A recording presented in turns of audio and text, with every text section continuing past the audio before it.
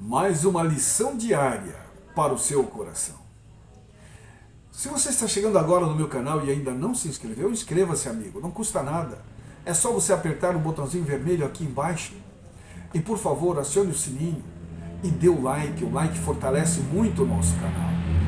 É muito bom estar falando com você novamente, amigo ouvinte da Rádio Web Gospel Milênio, de Imperatriz de Maranhão, e com você, amigo internauta.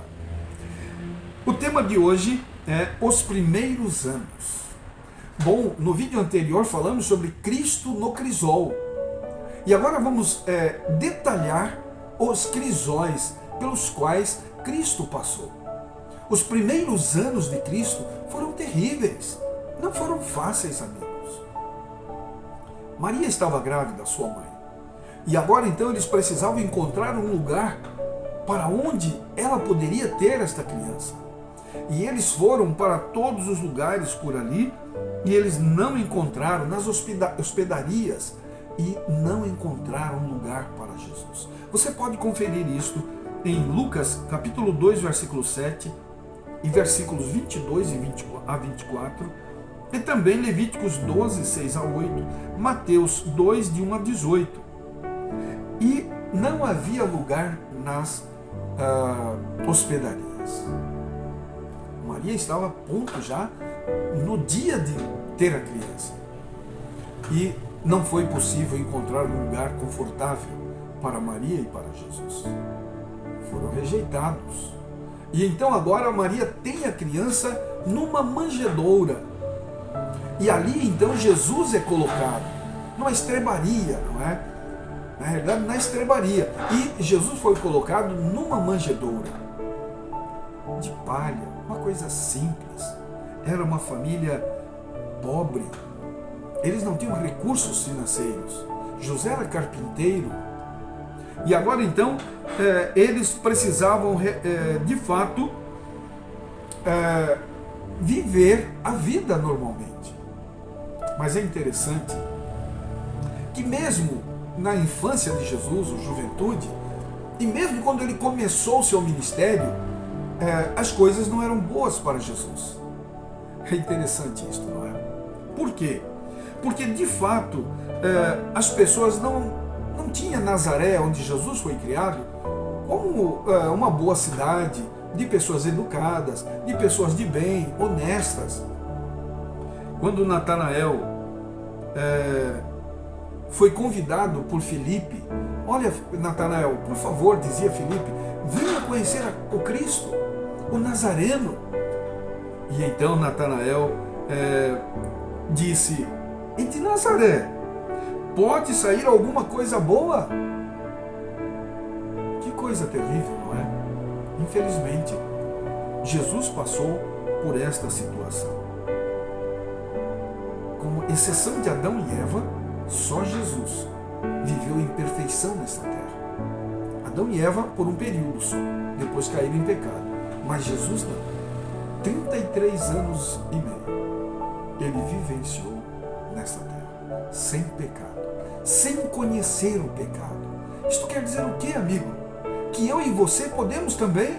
É isto que Jesus quis mostrar para nós, para você, amigo internauta, para você, amigo ouvinte da rádio, que é possível sim, porque o arqui-inimigo de Deus está apontando o dedo para ele e dizendo, você é injusto, você deu algo para o ser humano que é impossível ele cumprir. Mas não é verdade. É possível sim cumprir a lei, obedecer a Deus. Jesus sofreu todas as tentações que nós sofremos e, no entanto, não pecou. Os primeiros anos do ministério de Jesus foram terríveis também, não foram fáceis. Ele estava no crisol. Desde as primeiras horas de vida, Jesus experimentou dificuldade e foi cercado por tragédias e sofrimentos humanos. Negação, rejeição e humildade, nascido em uma manjedoura, sofrimento físico circuncisal. Ou melhor, ele passou por uma circuncisão, sofreu dores, massacre, perseguição e fuga. ao longo de sua infância, ele continuou a experimentar o sofrimento humano. No sofrimento humano, ele também precisou passar pelo batismo, o que não era necessário. Presta atenção. No início do seu ministério, apontava a entrada do crisol, para o qual ele tinha vindo, para o tipo de ministério que ele tinha vindo oferecer. Porque foi batizado se não tinha pecado. Batismo é remissão de pecado. É quando você, ao descer as águas, você deixa os pecados no fundo das águas e renasce como uma nova criatura. E Jesus não precisava disso. É claro que ele foi batizado para nos dar o exemplo. A senhora Ellen White, escritora norte-americana, observou que Jesus não recebeu o batismo como confissão de pecado de sua própria parte.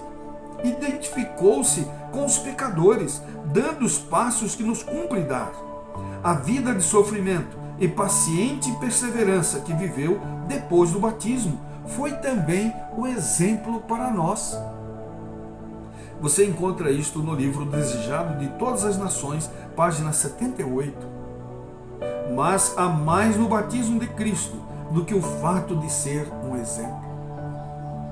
Com certeza, amigo, é uma questão de escolha, da pessoa entender o que é o melhor para nossas vidas. Mas veja, os primeiros anos de Cristo, depois que Cristo condescendeu em deixar seu excelso domínio, descer de uma altura infinita e assumir a forma humana, poderia haver adotado qualquer condição de humanidade que preferisse, mas a grandeza, posição, não significavam nada para ele. Escolheu um modo de vida mais baixo e humilde. Belém foi o lugar de seu nascimento, e de um lado, sua linhagem era pobre, mas seu pai era Deus, o único dono do mundo. Nenhum vestígio de luxo, comodidade, satisfação ou condescendência egoísta foi introduzido em sua vida, a qual era uma constante rotina de abnegação e sacrifício pessoal. Em conformidade com seu nascimento humilde, ele não teve, evidentemente, grandezas nem riquezas, para o que o crente mais humilde não possa dizer que Cristo jamais experimentou a tensão de angustiante pobreza. Se ele tivesse a aparência de exterior ostentação, riqueza e magnificência, a classe mais pobre da humanidade teria evitado sua companhia. Ele escolheu, portanto, a condição inferior da grande maioria das pessoas. A verdade, de origem celestial, seria seu assunto. Competia-lhe semear a verdade na terra. E veio, queridos, de tal maneira que fosse acessível a todos, para que unicamente a verdade causasse uma impressão sobre os corações humanos. Foi perseguido, inclusive, por Zaqueu, um homem riquíssimo. Correu atrás de Jesus. Ele queria ver este Cristo, este fenômeno. E ele teve o privilégio. Mas Jesus teria que ter acesso a todos, ricos e pobres. O contentamento de Cristo em qualquer circunstância irritava seus irmãos. Eles não sabiam explicar a razão de sua paz e serenidade, e nenhuma persuasão da parte deles podia induzi-lo a partir ou a participar, não é, de qualquer planos ou medidas que dessem a impressão de trivialidade ou mesmo de culpa. Em todas essas ocasiões, ele se afastava dessas atitudes, afirmando claramente que elas desviariam a outros e não eram dignas dos filhos de Abraão. Teve de dar tal exemplo para que as criancinhas, os membros mais novos da família do Senhor, nada pudessem ver em sua vida ou caráter. E diziam os membros de sua própria família justificassem algum mau ato. Eles mesmos, os membros da família, iriam falar mal do próprio Jesus. E eles poderiam dizer: você é muito meticuloso e esquisito. Olha, e eles falavam isso entre eles. Diziam os membros de sua própria família: por que você não é como outras crianças normais? Mas isso não era possível, porque Cristo devia ser um sinal e um prodígio desde a sua juventude no que dizia respeito à rigorosa obediência e integridade. Você encontra isso em Fundamentos da Educação Cristã, página 401. Cada ato de transgressão, cada negligência ou rejeição da graça de Cristo cai sobre você mesmo, endurecendo o coração, tornando a vontade depravada, entorpecendo o entendimento, deixando-o cada vez menos sensível ao terno apelo do Espírito Santo de Deus. Até mesmo um mau traço de caráter, um desejo pecaminoso cultivado, poderá neutralizar o poder do Evangelho. Qualquer tolerância com pecado fortalecerá a inimizade da pessoa contra Deus. Aquele que persistir na infidelidade ou permanecer indiferente à verdade divina, colherá o que plantou. Em toda a Bíblia, não há um alerta mais ajustador, ou melhor, em toda a Bíblia, não há um alerta mais assustador contra a falta de seriedade em relação ao pecado do que as palavras de Salomão quanto ao perverso. As suas iniquidades o prenderão e com as cordas do seu pecado será detido. Você encontra isto em Provérbios 5:22, no livro Caminho a Cristo, página 32. Isto é verdade, amigo.